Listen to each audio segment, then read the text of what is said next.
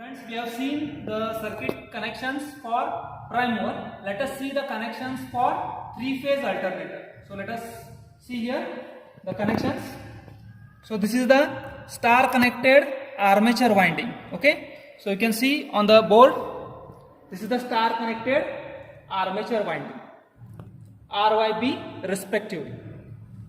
Again, let us focus here on the circuit diagram.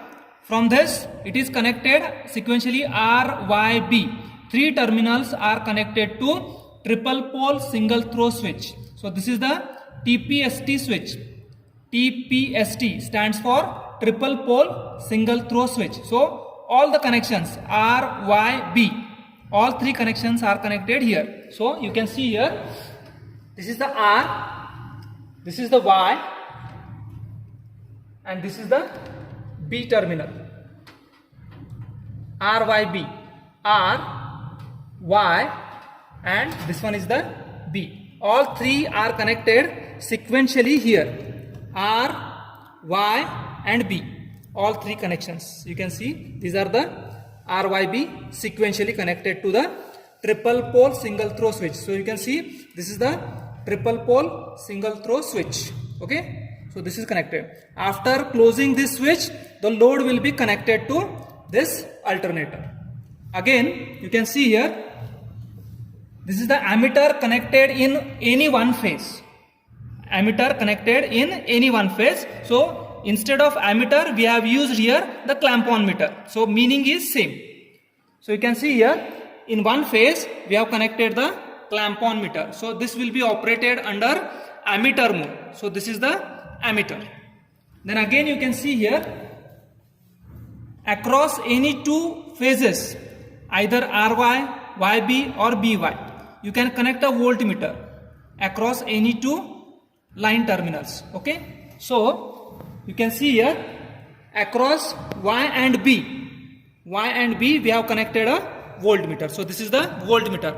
Multimeter will be operated under the voltmeter mode. So this is the voltmeter. Again, you can see here, the other ends of TPST switch is connected to three-phase load. So this is the three-phase load. Right now we are using resistive load. So sequentially R, Y, B, all three are connected to three-phase resistive load. So you can see here, R, Y, B. So these three are connected to load. So you can see this is the cord. So this is our three-phase load. You can see here, this is the three-phase load band. So this is the R phase, Y phase and B phase respectively. Then again, the remaining connection is for field winding connections. So you can see here, this is the DC source available, 200 volt DC supply. So across plus minus, we have made here potential divider circuit. So plus and minus are connected to fixed terminals of rheostat.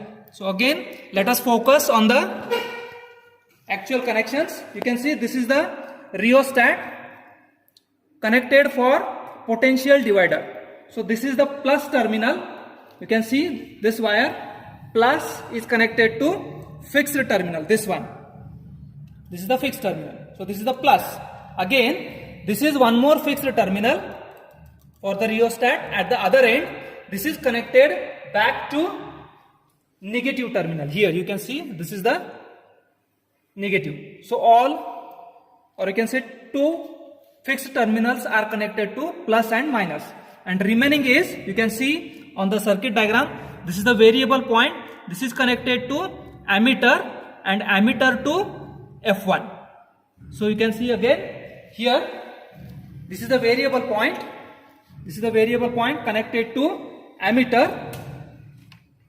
At this point, other end of the ammeter is connected to the field winding. So you can see this is the black color wire. This is connected to field at F1, or you can say plus terminal. And again, the negative terminal, you can see here, the negative terminal is connected back to negative. Negative terminal connected back to negative. So you can see here, this is the negative terminal of the field winding. So this is connected back to negative. So this is negative terminal of the source. So this is the connection for three-phase alternator. So we have completed connections for armature winding and field winding. Okay, so we have used here potential divider circuit. So this is all about the connection diagrams for determining voltage regulation of three-phase alternator by using direct loading method. Thank you very much.